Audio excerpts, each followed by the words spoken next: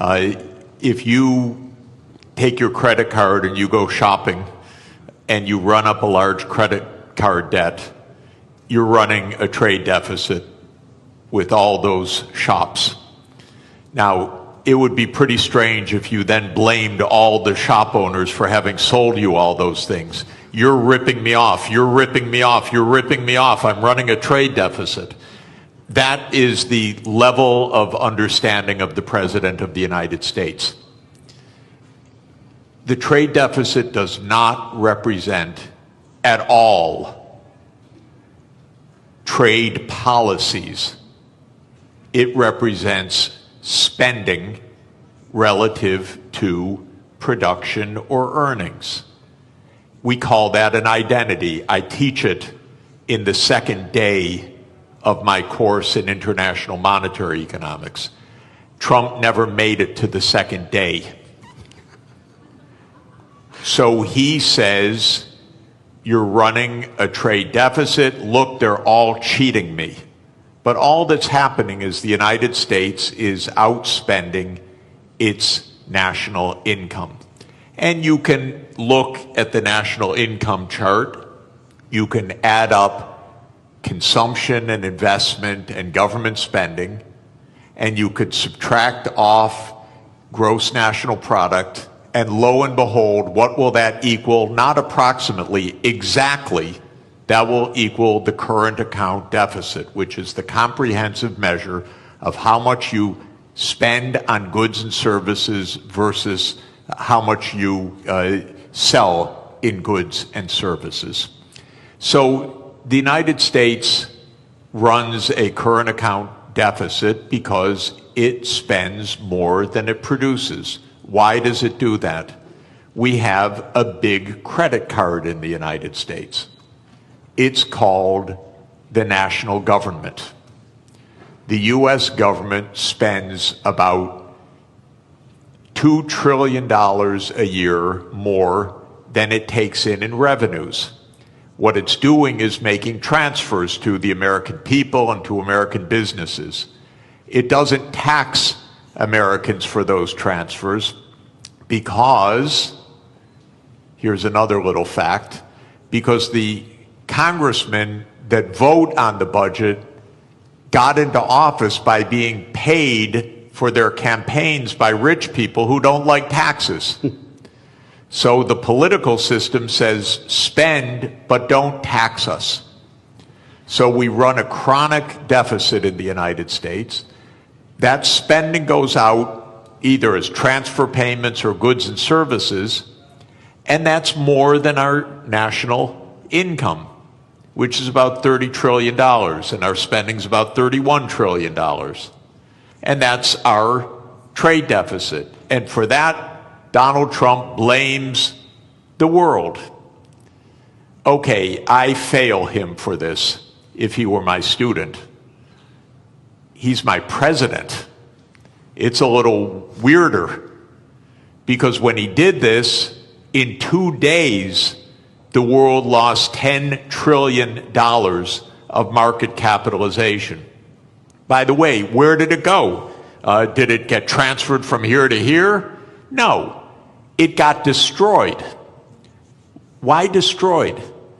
Because trade, something also the President of the United States doesn't understand, is mutually beneficial. So if you stop trade, everybody loses. It's not that one side wins, the other side loses. He cannot understand that concept as a guy that traded real estate in New York. So his idea is somebody had to win, somebody had to lose. But what happened when he made this announcement was $10 trillion was wiped out worldwide.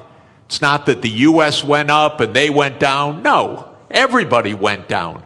Because the whole world system is based on a division of labor, and he's breaking that division of labor into pieces.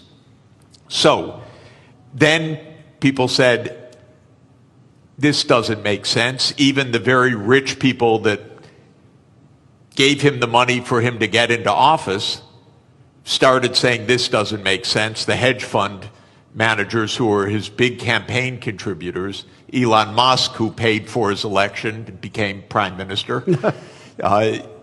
He said this doesn't make sense. And then the markets said this doesn't make sense. Not only $10 trillion, but as the finance minister said, interest rates started to rise because people began to dump U.S. Treasury debt. The safest thing in the world, apparently. So, interesting what happened. It's not quite true that he reversed things. First, he left on this 10% tariff, except for one country, for China. 145% where he raised products. The tariff rates. That's because the United States has a deep, neurotic attachment to China. The U.S. political system hates China. Why? Because China's big and successful.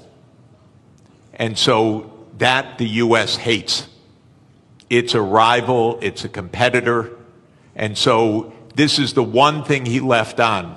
Now he's going to mess up everything with this too, because in a trade war between the U.S. and China, China wins. China does not depend on the U.S. market very much. It's about 12% of China's exports. China will do just fine. It's just dumb policy. There's no more, sorry to say it, there's just no more explanation to this than that. It makes no sense. Now, it raises, if I could, just one last point. How can this happen when it makes no sense? And that, people should understand, we are in one-person rule in the United States. Our political system is in a state of collapse. What President Trump did is an emergency decree. Everything he does is an emergency decree. Literally, you can go on to whitehouse.gov and then follow the menu to executive decrees. And there are dozens of them. And each one starts the same way. With the powers invested in me as President of the United States, I hereby declare A, nonsense, B, nonsense, C, nonsense. Because he's king. Those powers are not invested in the President of the United States. They're invested in the Congress. You read Article 1, Section 8 of our Constitution. It says that all duties originate with the Congress. And specifically in the lower house, all legislation has to start in the House of Representatives. But the U.S., starting in 1945 after World War II, became a military state to a large extent. And so it sprinkled in its legislation emergency, emergency, emergency. And Trump doesn't have to prove anything's an emergency, he just has to say something's an emergency. So suddenly the trade deficit became an emergency, and on that basis he issues a one-person rule. Even his aides don't know what he's doing. You raise one final interesting issue, which is that the market recovered about $4 trillion when he reversed. Anyone who knew that 5 minutes before made billions. This is not the cleanest government in the world, I can tell you. I'd be hugely surprised if some people didn't know just a bit ahead of time, starting with members of the U.S. Congress, by the way. Look, we'll get into the more general issues about protectionism and the end of globalization, question mark, in a minute, but I think what's happening and the directives coming from the White House is such a perfect example of what this panel is about. I'd just like to stay on this just for a few more minutes. Minister, is protectionism always